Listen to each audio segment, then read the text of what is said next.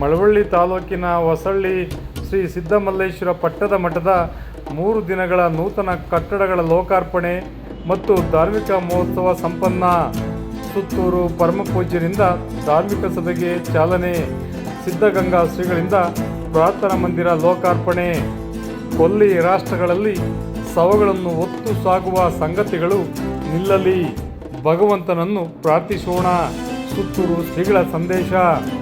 ಮಳವಳ್ಳಿ ತಾಲೂಕಿನ ಹೊಸಳ್ಳಿ ಗ್ರಾಮದ ಶ್ರೀ ಸಿದ್ದಮಲ್ಲೇಶ್ವರ ಪಟ್ಟದ ಮಠದ ನೂತನ ಮಠದ ಕಟ್ಟಡ, ಪ್ರಾರ್ಥನಾ ಮಂದಿರ, ದಾಸೋಹ ಭವನ ಲೋಕಾರ್ಪಣೆ ಕಾರ್ಯಕ್ರಮಗಳು ಹಾಗೂ ಲಿಂಗೈಕ್ಯ ಶ್ರೀ ಮಾಂತಸ್ವಾಮಿಗಳ ಸಂಸ್ಮರಣೋತ್ಸವ, ಪಟ್ಟದ ಶ್ರೀಗಳ ದಶಮೋತ್ಸವ ಕಾರ್ಯಕ್ರಮಗಳು ಸಂಪ್ರದಾಯಬದ್ಧ ಆಚರಣೆಯಂತೆ ಸುತ್ತೂರಿನ ಜಗದ್ಗುರು ಶ್ರೀ ಶಿವರಾತ್ರಿ ದೇಶಿಕೇಂದ್ರ ಮಹಾಸ್ವಾಮಿಗಳ ದಿವ್ಯ ಸಾನ್ನಿಧ್ಯದಲ್ಲಿ ಭಾನುವಾರ ಸಂಪನ್ನಗೊಂಡಿತು. ಭಾನುವಾರ ಮುಂಜಾನೆ ಹೊಸಳ್ಳಿ ಗ್ರಾಮದ ಶ್ರೀ ಸಿದ್ದಮಲ್ಲೇಶ್ವರ ಪಟ್ಟದ ಮಠದ ಆವರಣದಲ್ಲಿ ಆಯೋಜಿಸಿದ ಕಾರ್ಯಕ್ರಮದಲ್ಲಿ ಸಿದ್ಧಗಂಗಾ ಮಠದ ಶ್ರೀ ಸಿದ್ಧಲಿಂಗ ಮಹಾಸ್ವಾಮಿಗಳು ನೂತನ ಪ್ರಾರ್ಥನಾ ಮಂದಿರವನ್ನು ಲೋಕಾರ್ಪಣೆಗೊಳಿಸಿ ಸಂದೇಶ ನೀಡಿದರು. ನಂತರ ಭಾನುವಾರ ಬೆಳಗ್ಗೆ 11 ಗಂಟೆಯಲ್ಲಿ ನಡೆದ ಧಾರ್ಮಿಕ ಸಭೆಯನ್ನು ಸುತ್ತೂರಿನ ಪರಮ ಪೂಜ್ಯರಾದ ಶ್ರೀ ಶಿವರಾತ್ರಿ ದೇಶಿಕೇಂದ್ರ ಮಹಾಸ್ವಾಮಿಗಳು ಜ್ಯೋತಿ ಬೆಳಗಿಸುವ ಮೂಲಕ ಚಾಲನೆ ನೀಡಿ ಮಾತನಾಡಿ, ಎಲ್ಲಿ ಪ್ರೀತಿ, ವಿನಯ, ವಿಶ್ವಾಸವಿರುತ್ತದೋ ಅಲ್ಲಿ ಶಾಂತಿ, ಸೌಹಾರ್ದತೆ ಇರಲಿದೆ.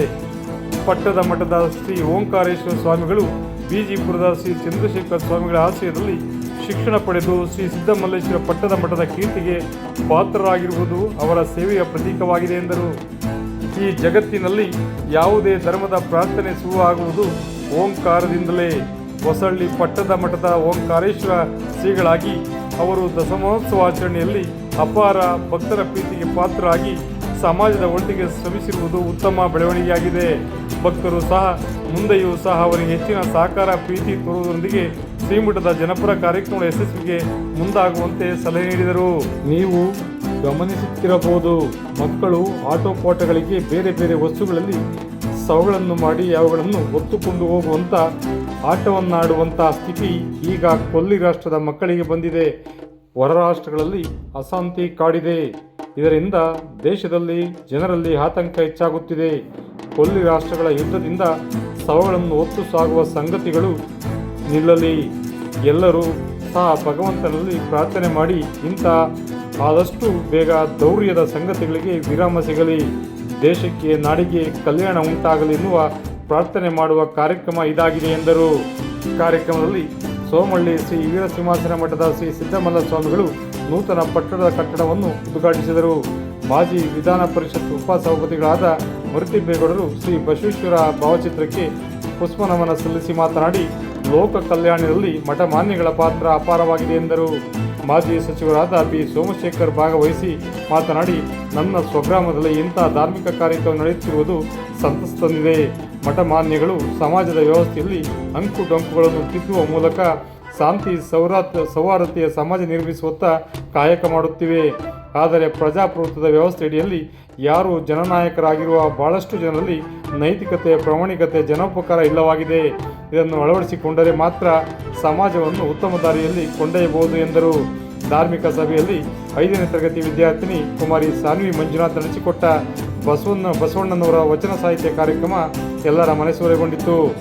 ಇದೇ ಸಂದರ್ಭದಲ್ಲಿ ಬಸವೇಶ್ವರ ಟ್ರಸ್ಟ್ ಆಯೋಜಿಸಿದ್ದ 3 ದಿನಗಳಲ್ಲಿ ನಡೆಯುತ್ತಿರುವ ಪಟ್ಟದ ಮಠದ ಕಾರ್ಯಕ್ರಮಕ್ಕೆ ಬರುವ ಸಕಲ ಸಾವಿರಾರು ಭಕ್ತರಿಗೂ ವ್ಯವಸ್ಥಿತವಾದ ಪ್ರಸಾದ ವ್ಯವಸ್ಥೆ ಎಲ್ಲರ ಗಮನ ಸೆಳೆಯಿತು.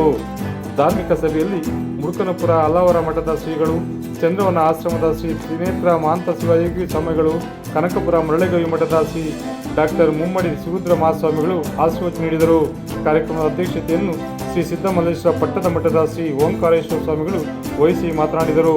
ಈ ಸಂದರ್ಭದಲ್ಲಿ ಬಿಜೆಪಿ ಮುಖಂಡ ವೈಎಸ್ ಸಿದ್ದರಾಜು, ಅಖಿಲ ಭಾರತ ವೀರಶೈವ ಮಹಾಸಭಾ ಅಧ್ಯಕ್ಷ ಕುಂದೂರು ಮೂರ್ತಿ ಸೇರಿದಂತೆ ತಾಲೂಕಿನ ಹಾಗೂ ವಿವಿಧ ತಾಲೂಕಿನಿಂದ ಆಗಮಿಸಿದ ನೂರಾರು ಅರಗು ಚರಮೂರ್ತಿಗಳು, ಶ್ರೀ ಬಸವೇಶ್ವರ ಟ್ರಸ್ಟ್ ಪದಾಧಿಕಾರಿಗಳು, ಸಾವಿರಾರು ಭಕ್ತರು ಭಾಗವಹಿಸಿದ್ದರು.